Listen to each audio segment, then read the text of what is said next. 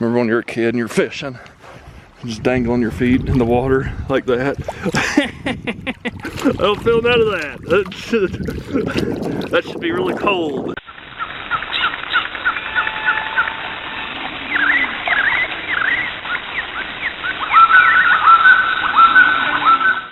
All right, folks. Earlier I said I was gonna cross this creek, and then I found an alternative way, and I felt like it kind of teased you. So here we are, waterproof socks. I hope these things are really waterproof, because that water is gonna be cold. So I've taken off my actual socks and shoes. So if these are not waterproof like they say they are, and my feet do get wet, I got this towel on my pack that I could use to dry my feet off. Put my socks back on, and sorry, shaking the camera, and put my straps back together, and then I'll go to town. Whoa, it's a little bit more slick, so I know it's still gonna be cold, maybe. Oh, I don't know, they ain't bad. Wow, these things are waterproof. I'm not feeling the water at all. Wow.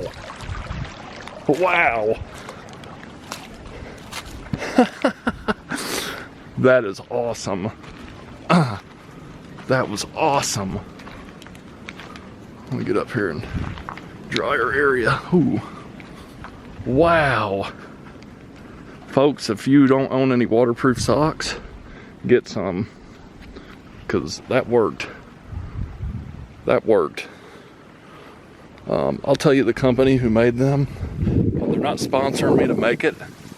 I got them in a battle box when I used to subscribe to Battle Box. And I did that for, you know, they didn't sponsor me, I just did it, but it got too expensive. And just the stuff in it, I didn't really enjoy all the time, so, oh man, that hurt. So now I'm gonna change, but the company is right there, DEX Shell, I think. Made in China, but they're completely waterproof. You can see that they're wet. I don't feel any of that. When I put my foot into the water, it was like, I don't know how to explain it. It was like, I couldn't feel it. I couldn't feel the water. So, remember when you were a kid and you're fishing, just dangling your feet in the water like that? I don't feel none of that.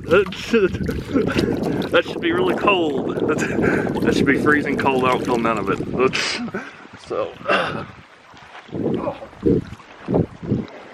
So yeah, I recommend these socks for sure. That is really cool. That is really cool. Wow.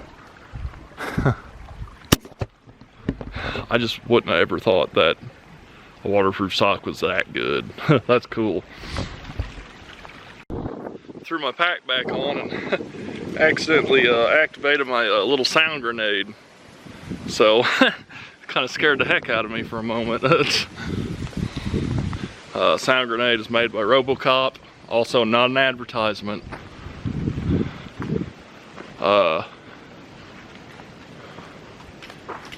Just in case you want to know, in case you want to get one, it emits 120 decibel, I think, like warning siren.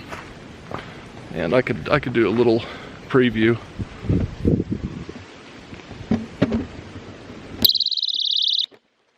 So that's what it does, right in my ear. And the purpose of it is to ward predatory animals. It's not a sponsored ad. They're not sponsoring me. They didn't pay me to do that. I just seen it on Marty Up North, another YouTuber from Canada, where they have grizzlies up there. And he recommended it and said it's only like 20 bucks on Amazon. And I thought, I'm gonna check that out, and I bought it. It's only like 20 bucks. And we don't have grizzlies or anything like that, but I see it good for two reasons. One, if some sort of predatory animal like a coyote, bobcat, wild dog, cougar, you know, if there was ever one, something like that came near me, I could pull that and it'll probably frighten them away. I conceal carry. I don't always conceal carry when I'm hiking. Certain places, I don't want to have to shoot anything. I never want to have to use my firearm, and I do that legally. So, have a permit, training, all that. But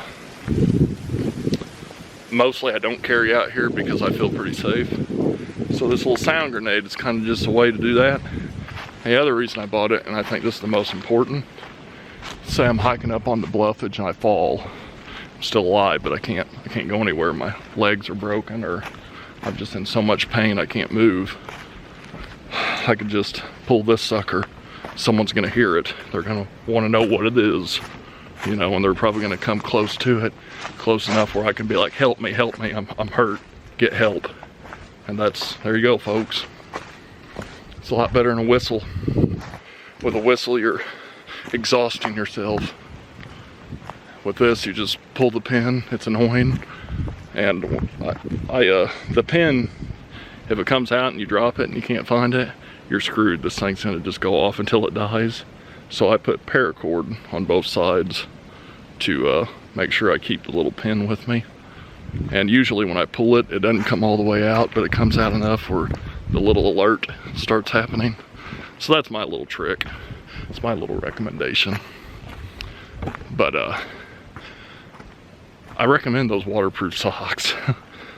Whatever brand you want to get. If there's other brands out there that you want to send me a pair for free to test out, I'll do it. I'm all for that.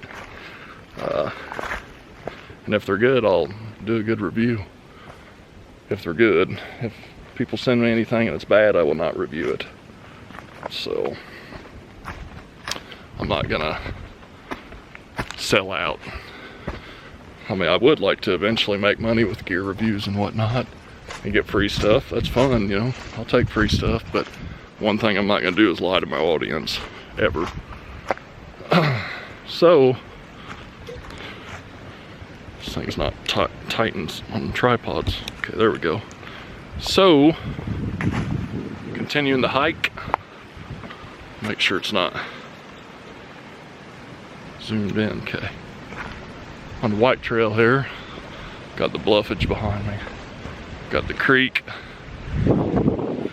down there. And it's pretty nice out here today.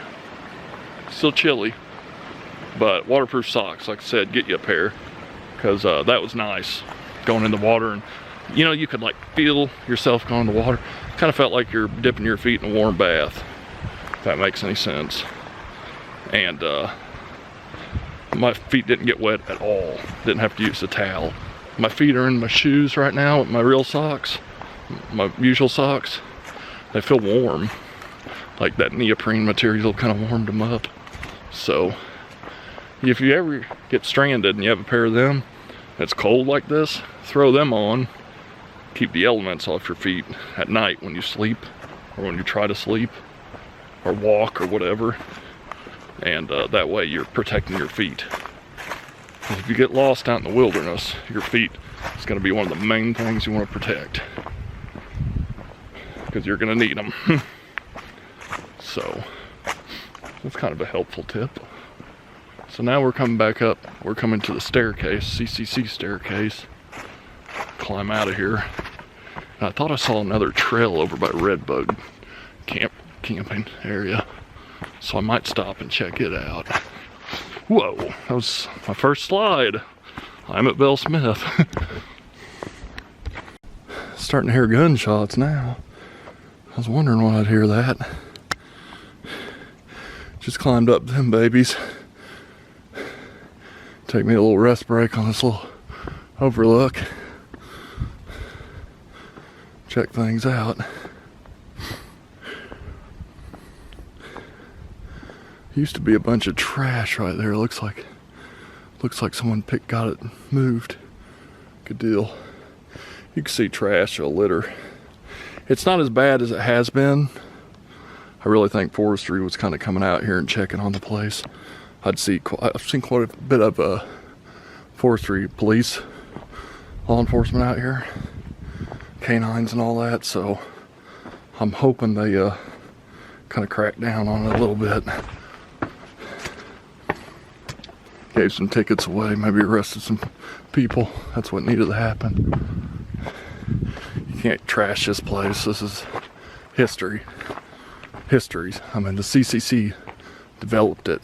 The many generations of people and their families, kids, parents, grandparents, great-grandparents, came out here to enjoy this place.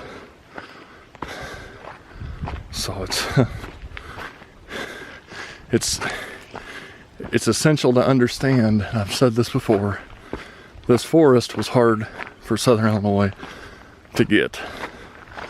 They did not want to give us our forest, or fund us, if you will.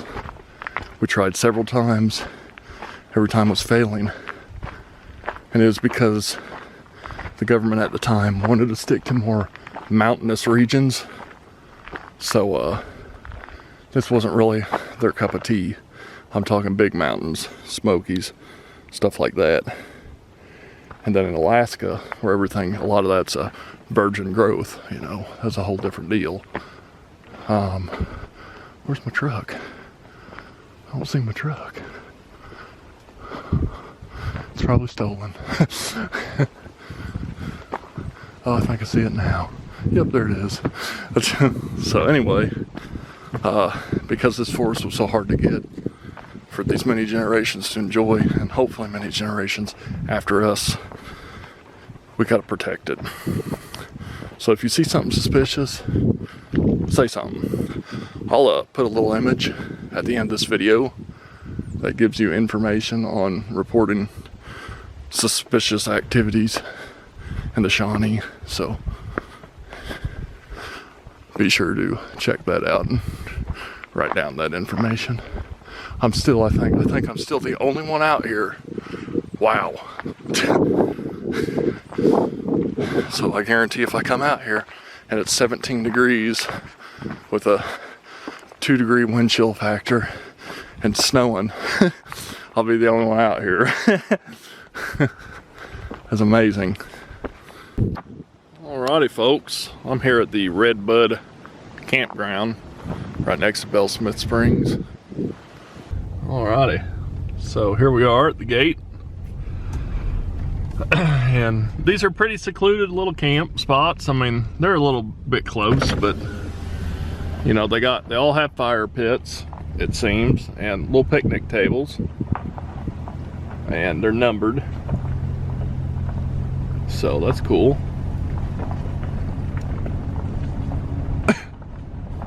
And they got like some limbs and stuff that are down, and I'm sure forestry comes out here and kind of takes some dead trees down and puts them around for people to you know, take and use. Then we got a grill up here. That's strange.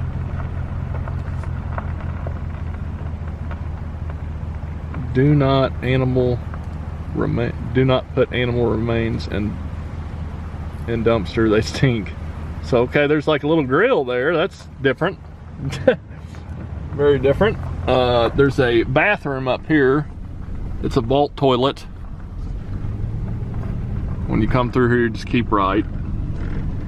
Now look at this. I mean, you're here in the pines. I mean, this is a cool little experience, I think, to camp in. A little bit of erosion on some of the driveways up, but pretty nice spots. Pretty big spots. No electricity. Keep that in mind. I do believe there is a water spigot somewhere. Not too sure where, but I do believe there is one, and maybe up here. And you can get water and stuff like that.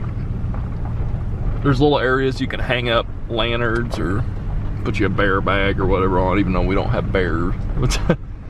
I think there's like, I'm not too sure on how many sites, but there's quite a few out here. And there's another vault toilet right up here. I would recommend if you came out here, bring your own toilet paper, because you never know if there's going to be any. And it looks like that's out of order. Oh no, it says open. Okay. So the campsites are really cool looking. There's some wood. Oh look, wild turkey. Wild turkey out there. Wow. Caught quite a few of them. That's cool. I wonder if I can zoom in on them real quick without them getting away. Hopefully you've seen them. They're moving though. They are moving. That was neat. That was neat. Here's a nice zoom in version of the camp spot. So we're already seeing 13. And that's a nice camp spot. Wow. Fire pits, picnic tables, and just all sorts of the pines and everything is very cool. Very cool out here. I haven't camped out here yet, but I would like to. Look at that weird looking pine tree. Got shaped. Huh. And there's plenty of neat little spots too to camp. So, and I would be wandering off, you know, but some of these have pretty different looking fire pits. Kind of neat. So it's all natural area beyond that, so you can only like camp in this section. Here's 20, so there's 20 of the sites. Maybe there's a couple more, I don't know. But this was it. I'm glad I did this, showed you all this, and see them wild turkey. Yeah, that was cool. So what's this? They at least have 21 sites. Here's the water. So there you go. Drinking water. So it's probably going to be like whatever water source they're using out here. I don't know what they use for their tap water. There you go. So you have drinking water. And again, I'd recommend bringing your own water just in case there's some sort of boil order going around or the water system out here doesn't work. So definitely bring your own water. I'd imagine that water comes from somewhere out here in the forest, like they're using their own water. I don't know, I'm not too sure on that. But this was it. I hope you enjoyed it. I hope you enjoyed this little video. It's pretty neat out here. I'm definitely gonna have to camp out here soon. It's nice and right here by Bell Smith, you know, right in the vicinity of Jackson Falls and all that. And yeah, definitely have to come out here and camp. So, if you like this video, be sure to hit that thumbs up button. Comment below, tell me what you thought. And if you'd like to see me make a video of me camping out here, share this videos with others. Can't talk.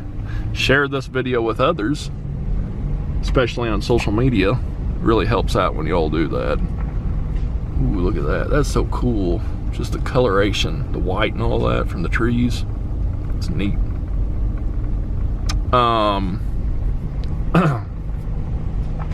If you're not a subscriber to my channel, please consider please consider subscribing today. It's free. Free, and you get a lot more features, and there's a lot of features coming up that I'm going to be adding, and we're going to have a lot of fun. I'm really getting serious about this YouTube thing. It's turning into just a big part of my life, and I owe it all to you all. I owe it all to you all. So, with that being said, thanks again for watching another episode of Hiking with Shawn. And until next time, I'll see you on the trail.